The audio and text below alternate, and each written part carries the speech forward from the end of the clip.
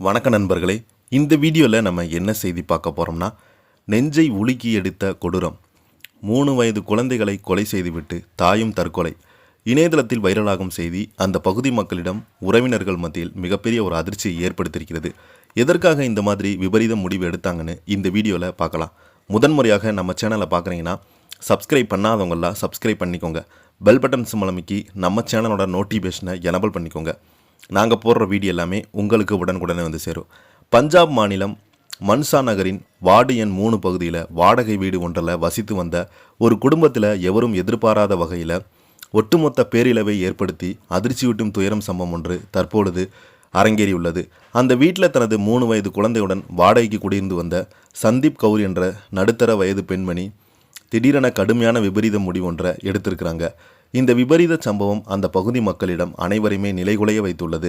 ஒட்டுமொத்த மாநிலத்திலும் பெரும் பரபரப்பையும் ஏற்படுத்தியுள்ளது. வீட்டிற்கு யாரும் இல்லாத அந்த சமயத்தில் தாய் சந்தீப் கவுர் தனது 2 மகள் மற்றும் ஒரு மகன் ஆகிய 3 குழந்தைகளையும் மிக கொடூரமான முறையில் கழுத்தை நெரித்து கொலை செய்திருக்கிறாங்க. குழந்தை மூவருமே பரிதாபமாக தங்களுடைய உயிரை இழந்து உறுதி செய்திருக்கிறாங்க. அந்த தாய் அதே அறையில் மின் விசிறியால் தூக்கிட்டு தானும் தற்கொலை செய்து கொண்டிருக்கிறாங்க. அக்கம்பக்கத்தினர் நீண்ட நேரமாகி வீடு திறக்கப்படாதை கண்டு சந்தேகமடைந்த ஜன்னல் வழியே பார்த்தபோது இந்த விபரீதம் நடந்திருக்கிறது. ஒட்டுமொத்தம் வெளியே தெரிய வந்திருக்கிறது. இந்த தகவல் அறிந்து வந்த சம்பவ இடத்திற்கு மான்சா சிட்டி காவல் நிலையம் போலீசார் உயிரிழந்த 4 பேருடைய உடல்களையும் கைப்பற்றி பிரேத பரிசோதனைக்காக சிவில் மருத்துவமனைக்கு அனுப்பி வைத்திருக்கிறாங்க. தடயவியல் நிபுணர்கள் சம்பவ இடத்திலிருந்து பல்வேறு முக்கிய ஆதாரங்களை சேகரித்து தீவிர விசாரணை மேற்கொண்டு வருகிறாங்க. ஒரு தாயை தனது சொந்த குழந்தையை கொன்றுவிட்டு தற்கொலை செய்து கொண்ட இந்த சம்பவம் நெஞ்சை உலுக்கும் சம்பவத்திற்கான அதிகாரப்பூர்வமான காரணம் இன்னும் முழுமையாக தெரிய வராத நிலையில் குடும்ப பிரச்சனை அல்லது மன உளைச்சல் காரணமாக இந்த விபரீதம் நடந்திருக்கலாம் என சந்தேகிக்கிறாங்க காவல்துறையினர்கள்.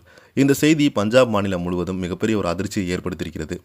இந்த செய்தியை பற்றி நீங்கள் என்ன கீழே உள்ள கமெண்ட் பாக்ஸில் மறக்காமல் பதிவிடுங்க. இந்த வீடியோ பிடிச்சிருந்தால் லைக் பண்ணுங்கள், ஷேர் பண்ணுங்கள். நன்றி, வணக்கம்.